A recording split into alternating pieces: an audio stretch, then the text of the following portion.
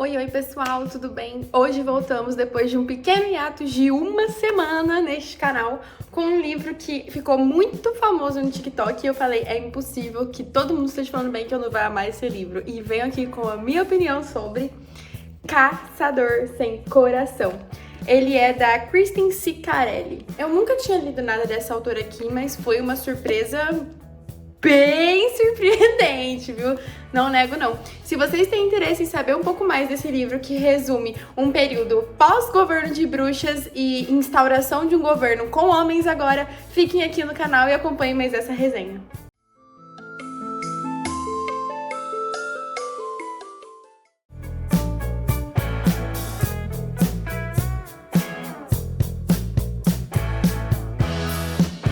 Em Caçador Sem Coração, a gente vai acompanhar o desenrolar da história que se passa num lugar que se chama Nova República. Esse lugar, durante vários anos, ele tinha sido comandado apenas por bruxas. Elas ditavam as regras, usar magia não era algo proibido, era tudo liberado. Só que com o passar dos anos, essas bruxas passaram a oprimir a maioria dos humanos que moravam ali. E aconteceu, assim, uma grande rebelião, e essas pessoas tomaram o poder e foi instaurada a Guarda Sanguínea, que era responsável por caçar e raptar e matar as bruxas restantes, porque o povo se viu atormentado e não queria reviver de novo aquele período de pesadelo que eles haviam vivido.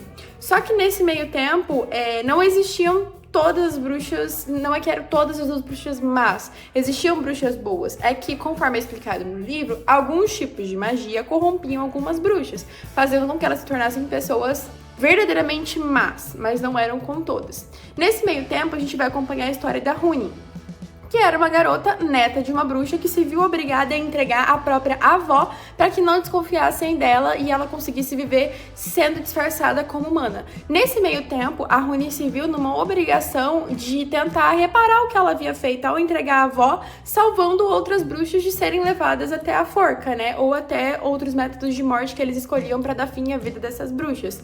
Nesse meio tempo, ela decidiu que um dos modos que ela conseguiria resgatar essas bruxas sobreviventes seria criando meio que uma milícia ali, né? Que ela deu o nome de Mariposa Escarlate. A Mariposa Escarlate é a marca de feitiço dela. Quando as bruxas efetuavam alguma magia dentro do contexto do livro, elas deixavam uma marca que era como se fosse uma digital de cada uma. E a digital da Runi era uma Mariposa Escarlate que aparecia onde ela havia feito magia. Então as pessoas começaram a tentar caçar essa bruxa que vinha libertando tantas outras, que eles estavam tentando justamente limpar a Nova República delas, né? Nisso a Runi acabou se juntando com alguns colegas que ajudavam ela a retirar essas bruxas, né, que estavam em cárcere. E como ela tinha muito dinheiro que tinha sido deixado única e exclusivamente para ela, que era a herdeira da avó, ela não tinha o problema dos recursos. Só que a Runi cada vez mais se via na dificuldade de conseguir libertar bruxas por falta de informação. E é nesse momento que ela tenta acabar fazendo conexões ali com as pessoas que viviam em torno dela para conseguir informações sobre onde poderiam ser o paradeiro dessas outras mulheres. Só que o problema disso é que as pessoas começavam a desconfiar dela. E a Guarda Sanguínea estava o tempo todo atrás da Mariposa Escarlate porque ela era a principal responsável por estar libertando essas bruxas que eles passavam tanto tempo tentando prender. E é nesse momento que a Runi acaba tendo um pouco mais de proximidade com o Gideon Sharp, que era o principal líder ali da Guarda Escarlate e o principal responsável pela caça ali da Mariposa Escarlate. Nisso, o que a Runi vê? Uma ideia para tentar se reunir com ele e conseguir mais informações para libertar uma das principais bruxas que ela precisava para ter informações importantes, que era a Serafine. Inclusive, antes da avó dela falecer, ela havia inclusive falado para ela, olha, você precisa entrar em contato com a Serafine porque ela vai te passar tudo que você precisa saber que eu não tive oportunidade de te falar. Só que quando ela vai tentar resgatar essa bruxa, várias coisas acontecem que a impedem de conseguir isso. E aí que ela tem o estalo de preciso falar com o Gideon, preciso me aproximar dele para que eu consiga mais informações para salvar essa mulher. E é aí que a gente vai ter o desenvolver do livro.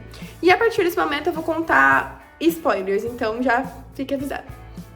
O problema da Runi se relacionar com o Gideon é que ele é especialista número 1 em saber quem são as bruxas, né? Ele consegue sentir o cheiro, ele sabe onde ficam as cicatrizes, ele sabe de tudo. Porque essas bruxas, no contexto do livro do Caçador Sem Coração, quando elas efetuam algum tipo de magia, elas precisam de sangue. E quanto mais poderoso é o feitiço, mais sangue elas precisam, e esse sangue precisam ser de outras pessoas. Daí tem categorias, elas podem utilizar o sangue delas, o sangue de terceiros com permissão ou sem permissão, que aí vai variando de acordo com a força do feitiço. Só que quando essas bruxas usam o sangue delas, no local que elas cortaram após fazer a magia, fica com uma cicatriz prateada. E é aí onde os caçadores conseguem descobrir onde é que tá essa cicatriz e conseguem de fato laudar que elas são bruxas, né?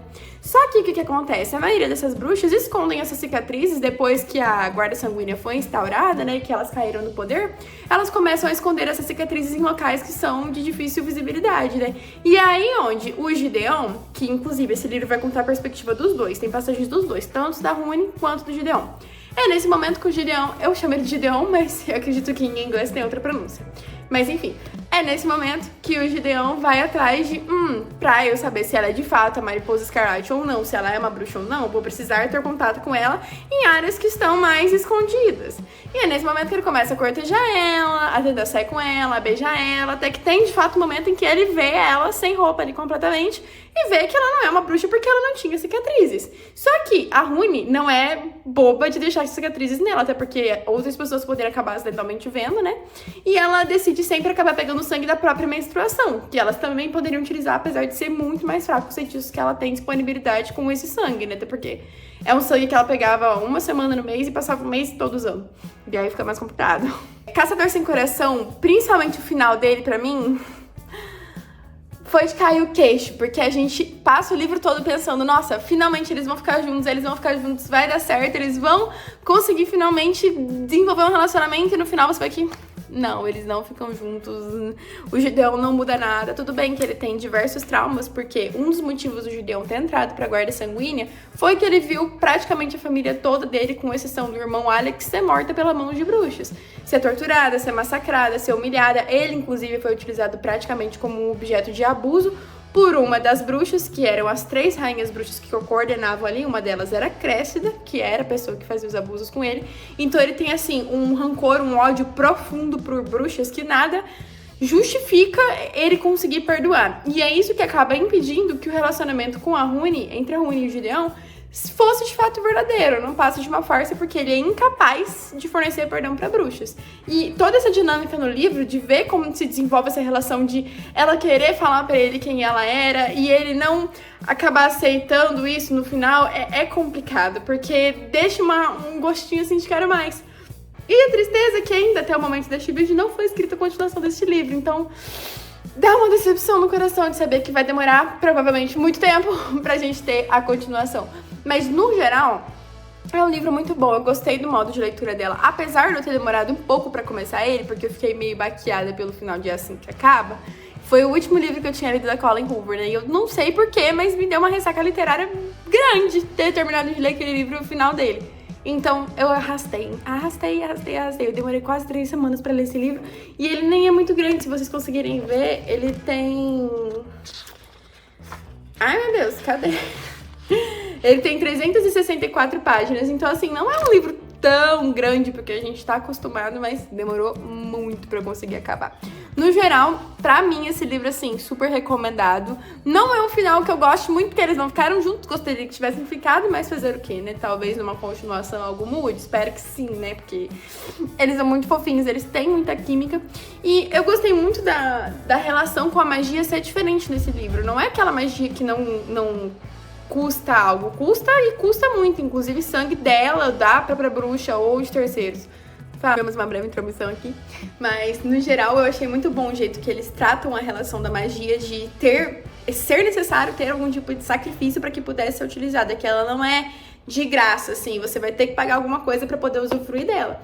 E foi um dos pontos que eu mais me senti atraída por este livro. No geral, ele tem um plot twist muito grande em relação a uma das personagens. Eu não vou falar, mesmo essa resenha tendo spoilers, porque, gente, eu nunca teria imaginado que isso aconteceria se não tivesse escarçado assim na minha cara. Olha, isso aconteceu. Eu não teria imaginado. E eu achei muito incrível como a escritora conseguiu manter isso tanto tempo escondido. E sim, tinham diversas pistas de que isso iria acontecer e mesmo assim eu não peguei no ar. E nossa, muito bom. Foi assim, um tapa na minha cara que eu adorei.